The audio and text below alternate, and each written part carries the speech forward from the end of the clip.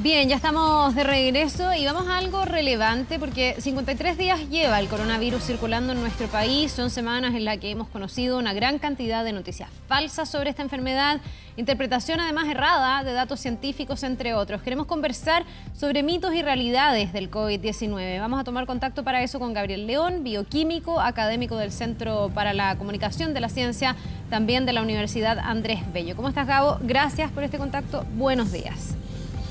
Hola Carla, buenos días, ¿cómo estás? Bien, bueno, hay una serie de temas, ¿no? De noticias, de creencias en torno al coronavirus. Lo primero que te quiero preguntar es si es que en el fondo hoy día somos capaces o tenemos la certeza para poder decir que hay cosas que son mitos y cosas que son verdades, o todavía todo podría estar un poco en duda. No hay, si bien como tú dices, esto es muy reciente, este virus apareció hace solo 4 meses, y por lo tanto, efectivamente, todavía estamos aprendiendo mucho sobre este virus y vamos a pasar mucho tiempo entendiéndolo un poco mejor. Hay cosas que hoy día entendemos bastante bien con respecto, por ejemplo, a su origen. Se discutió mucho que este virus existía la probabilidad que hubiera sido fabricado en un laboratorio y toda la evidencia sugiere que tiene un origen similar al virus que vimos también en el año 2002.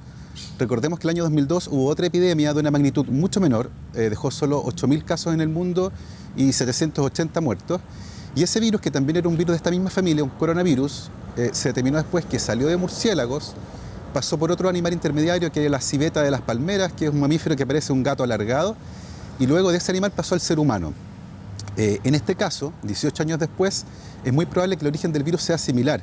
Y los científicos pueden analizar todas las secuencias genéticas de los virus que están circulando en el mundo, y cuando se hace una especie de árbol genealógico de esos virus, uno puede trazar un origen común a los virus que se encontraron originalmente en China, y si uno analiza la población de murciélagos que viven en las cuevas en el sur de China, puede encontrar que se parecen mucho.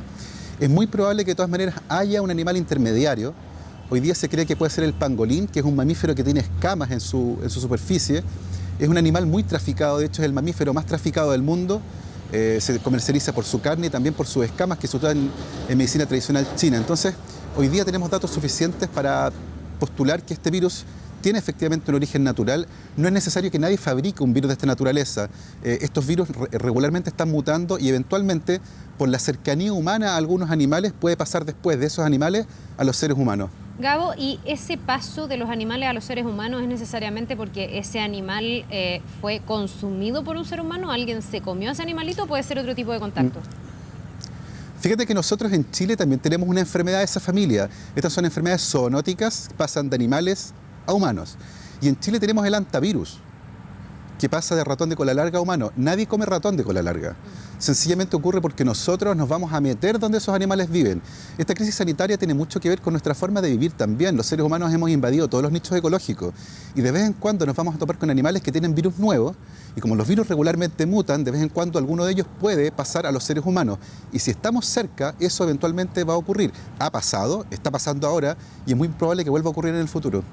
Ahora, respecto de la duración del virus, de la permanencia, de la forma en que se va reproduciendo y contagiando, ¿qué es lo que se sabe a ciencia cierta? Aquí se ha dicho, por ejemplo, que se traspasa de persona a persona, pero hay, por ejemplo, dudas de si el virus permanece en el aire. De hecho, mucha gente hoy día camina por la calle igual con su mascarilla puesta, que es una forma de prevención, pero ¿uno podría ir caminando por la calle, inhalar el virus? A ver, es importante que clasifiquemos la información desde aquella que tiene más evidencia que la confirme, aquella que puede ser plausible pero hay poca evidencia que la confirme. En este escenario, la vía de contagio más importante lejos es la de persona a persona. Y eso ocurre por el mecanismo de transmisión que tiene este virus, que es un virus que replica muy bien en la parte alta de las vías respiratorias, e inicialmente durante la infección puede que no produzca muchos síntomas. Eso quiere decir que hay gente que se siente bien, pero que transporta el virus en la garganta. Y eso quiere decir que si hablan, estornudan o tosen, es muy probable que distribuyan pequeñas gotas de saliva que contienen al virus. Si estoy suficientemente cerca tuyo, por ejemplo a 1 o 2 metros de distancia, esas gotas, las más grandes, puede que te lleguen directamente a la vía de entrada del virus al cuerpo, que son los ojos, la nariz o la boca. El virus no entra por la piel, por ejemplo. Es importante que esté en contacto con las mucosas de la vía respiratoria. Sin embargo, sabemos también que cuando alguien estornuda, genera un aerosol de pequeñas gotas de saliva que pueden quedar en suspensión en el aire durante un poco más tiempo, algunos minutos probablemente. En condiciones ambientales con corrientes de aire, con radiación solar, con humedad variable, sabemos muy poco sobre en la vida real cuánto eso eventualmente puede durar con virus activo. Recordemos además que no basta con una partícula viral, se requiere una carga mínima para que alguien se enferme y además ese virus tiene que estar funcional. Entonces, esa parte en particular se encuentra en la zona gris, que todavía no hemos entendido muy bien.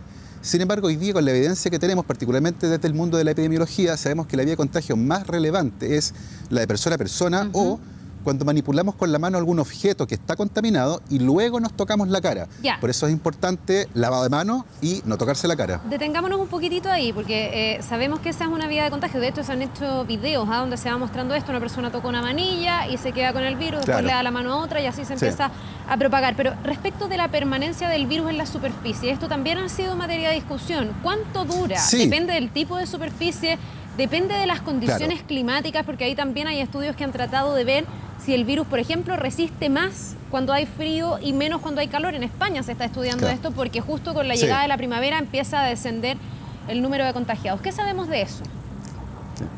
Todo lo que tú dices es cierto y hay una gran incertidumbre al respecto. Pero la mejor forma de eliminar esa incertidumbre tiene que ver con sencillamente asumir que todo lo que está fuera de nuestra casa está contaminado. Y evidentemente dentro de nuestra casa desinfectar con agua con cloro. Entonces de esa forma tú no tienes que estarte preguntando de qué está hecha esa superficie o hace cuánto rato eventualmente alguien estornudó sobre ella. Sencillamente si tocaste algo, asume que está contaminada, no te toques la cara y trata de lavarte las manos lo antes posible. Las preguntas con respecto a la permanencia del virus y cuánto tiempo puede ser funcional o viable en una superficie determinada, en determinadas condiciones ambientales, va a ser muy variable. Y por lo tanto lo mejor es asumir que está todo contaminado y mantener una buena higiene de manos y evitar tocarse la cara. Claro, pero es que ahí entran como los matices. La gente dirá, ya no sé, voy en el bus y me agarro el pasamanos y ese pasamanos lo ha tocado media humanidad o se ha hablado de esto en la circulación también de las monedas o del efectivo. Pero hay otras cosas que la gente dirá, no, porque son superficies pequeñas, es algo súper transitorio, no sé, tocar el botón del ascensor. Tú dices igual, o sea, uno debiese pensar que el botón del ascensor ya es suficiente riesgo y que puede estar contaminado. Claro, lo que pasa es que además el botón del ascensor es muy especial porque tú dices, claro, es un aparato chiquitito, pero es tremendamente manipulado. Todo el mundo toca ese botón. Por eso lo mejor es que eviten tocar esos botones con las manos, porque eventualmente pueden usar los codos. Nadie puede tocarse la cara con el codo. Y con eso también disminuyen el riesgo de que el virus entre por los ojos, nariz o boca. Ya, hay también respecto de esto una serie de dudas, no sé, cuando la gente está yendo a la feria durante los fines de... Ahora viene el fin de semana, la gente va a la feria, las ferias están tomando muchas más medidas de resguardo, etcétera. Pero podría ser que yo agarro la lechuga, la miro, la dejo ahí, después venga otra persona, agarre la lechuga y esa lechuga contenga alguna trazabilidad del virus y por tanto haya un riesgo. Sí, eventualmente eso puede ocurrir. Por eso la recomendación es que las verduras que se consumen frescas, sin cocer, como la lechuga, uno haga lo que hacía antiguamente, que las lavaba con unas gotitas de cloro, algo parecido a lo que hicimos alguna vez en nuestro país, para las verduras que se consumen frescas. Todo lo que se consuma cocido no hay ningún problema porque con la alta temperatura, si hierve en el agua, el virus va a morir y va a quedar inactivo, no va a ser funcional, se va a desarmar y va a dejar de ser infectivo. Pero sería recomendable que aquellas verduras y frutas que se consumen frescas, con la cáscara, las laven con agua principalmente, con un par de gotitas de cloro que sirve para desinfectar frutas y verduras. Gabriel, ¿y qué pasa con el delivery? Hay harta gente que pide comida, por ejemplo. Pese a todo, hemos visto que esos servicios se han mantenido súper requeridos. Alguien podría decir, ¿habrá desconfianza? Parece que no. ¿Podría efectivamente mi pedido de comida del fin de semana venir con coronavirus o algún rastro de este virus? A ver, en ciertas circunstancias es posible. Voy a poner un escenario súper ridículo. Te traen la pizza y el tipo estornuda directamente, la persona, estornuda directamente arriba de la caja, que es un escenario de cuento. No debería estar pasando porque se están tomando las medidas. Claro, por supuesto. Sin embargo, es importante recordar que en términos de relevancia de transmisión del virus, el mecanismo más relevante es el de persona a persona. A medida que vamos complicándonos con ejemplos que son como el que tú mencionabas, por ejemplo, la relevancia que tiene ese mecanismo de transmisión es mucho más baja.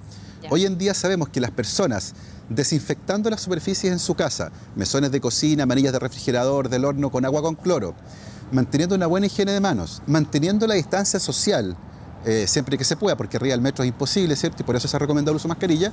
Haciendo esas cosas se previenen la inmensa mayoría de las fuentes de contagio. Todas las otras, las que están relacionadas con la comida, con los delivery, tienen una relevancia mucho menor por la carga viral que tienen, por la estabilidad del virus en la superficie, por la cantidad de virus que eventualmente pueden tener. Entonces, yo creo que es importante mencionar esto porque finalmente las personas pueden toparse con una rutina en la que tienen que hacer 10.000 cosas para poder salir de su casa. pero es importante que tengan en cuenta que hay algunas que son mucho más importantes que otras. Por ejemplo, si usan guantes de látex en la calle y después van a manipular el teléfono con esos mismos guantes, y he visto fotos de gente comiendo con guantes, no tiene ningún sentido. Ya, ¿y Entonces, dónde tiene sentido usar los guantes? A ver, ¿cómo usar los guantes? En casi ninguna circunstancia. Nosotros en el laboratorio usamos guantes solamente para manipular cosas peligrosas. Se utilizan durante un rato, después se sacan y se botan. Y en ese proceso estaba prohibido que la gente manipule teléfonos, manillas de puerta y teclados de computador. El uso de guantes no tiene mucho sentido porque, insisto, el virus no entra por la piel. El virus entra cuando se tocan ojo, nariz o boca. Y si están con guantes de látex, manipulan la micro, por ejemplo, y después con los guantes igual se van a rascar la cara, no han conseguido nada. Claro. Y además generan esta sensación de seguridad que es falsa y además peligrosa. Entonces, la inmensa mayoría de las personas no necesita usar guantes de látex. Ya, ¿y cuál es tu opinión de las mascarillas? Porque eso sí que se ha masificado mucho su uso. Hubo discusión al principio la recomendación era no use mascarillas, pero hemos ido crecientemente asumiendo que hay que usarlas. Hoy día hay muchas ordenanzas y al parecer vamos a tener que usarlas mucho tiempo más. ¿Las estamos usando bien? ¿Te parece que son efectivas? A ver, eso merece varios comentarios. El primero tiene que ver con esta oscilación con respecto a las recomendaciones. Por lo general esperamos que la ciencia nos dé respuestas claras y definitivas. Pero en ambientes de incertidumbre como este, con un virus que apareció hace 4 meses, va a ser muy difícil que eso ocurra. Y por lo tanto es normal ver estas vacilaciones con respecto a ciertas recomendaciones, particularmente cuando son decisiones complejas, porque la efectividad de las mascarillas no depende solo de la mascarilla. Usar mascarillas no es como usar calcetines. Hay que saber usar mascarilla y la mayoría de la gente no está acostumbrada a usarla, son molestas, cuesta respirar, cuesta hablar, se sueltan, se usan muy mal. Es cosa de ver fotos que hemos visto en todo el mundo de gente usando mascarillas en el cuello, en la parte alta de la cabeza, o que solo cubren la boca y no cubren la nariz. Tengo la sensación de que podrían ser útiles, particularmente en ambientes donde es imposible mantener la distancia social. Hemos visto tutoriales acerca de cómo fabricar mascarillas caseras, pero es súper importante que también se enseñe la forma correcta de usar mascarilla. Porque una persona que utiliza una mascarilla y la manipula todo el rato, va a estar tocándose la cara de manera permanente, aumentando sus posibilidades de contagio. Y en ese caso, el uso de mascarilla es contraproducente. Por lo tanto, la recomendación de mascarillas y los tutoriales acerca de cómo fabricar mascarillas deben venir acompañados por un ejercicio comunicacional contundente que explique cómo usarlas y qué cosas no hay que hacer con una mascarilla. Espérame, Gabo, si complementamos esas 3 cosas, pueden funcionar muy bien. Sí, y yo sumaría también el cómo usarlas, el cómo desecharlas, porque también ha sido un tema ahí, la forma en que la gente se las saca, y a veces aparecen mascarillas tiradas en cualquier parte y uno dice qué irresponsabilidad, porque esa mascarilla eventualmente podría estar contaminada. Exactamente, por algo están usándola. Y por lo tanto es importante que cuando se las saquen, las más típicas son las que van detrás de la oreja, las tomen por atrás, las saquen mirando hacia adelante, sin tocar la parte delantera de la mascarilla, la dan vuelta, ojalá dentro de una bolsa, y eso se desecha en la basura. Deben considerar que eso es una fuente eventual de virus y por lo tanto dejarla botar en la calle no debería ocurrir. Gabriel, te quiero preguntar por lo de la temperatura, porque viene el invierno, el otoño, cuando en verdad empiece a aparecer otoño, porque hasta ahora, hoy día sí, pero los días anteriores estuvo con temperaturas bastante altas. ¿Qué se ha demostrado respecto de la propagación del virus, de la resistencia del virus a alta y a baja temperatura? Te hablaba yo de un estudio que hicieron en España y lograban establecer algún vínculo, como que a alta temperatura el virus funciona menos que a baja temperatura, y eso obviamente preocupa cuando viene la época más cruda, ¿no? Acá en Chile. Claro. Bueno, efectivamente en nuestro país el virus llegó a fines de febrero, ya terminando el verano. Nos va a tocar ahora la entrada del invierno, lo que tiene varias consecuencias relevantes.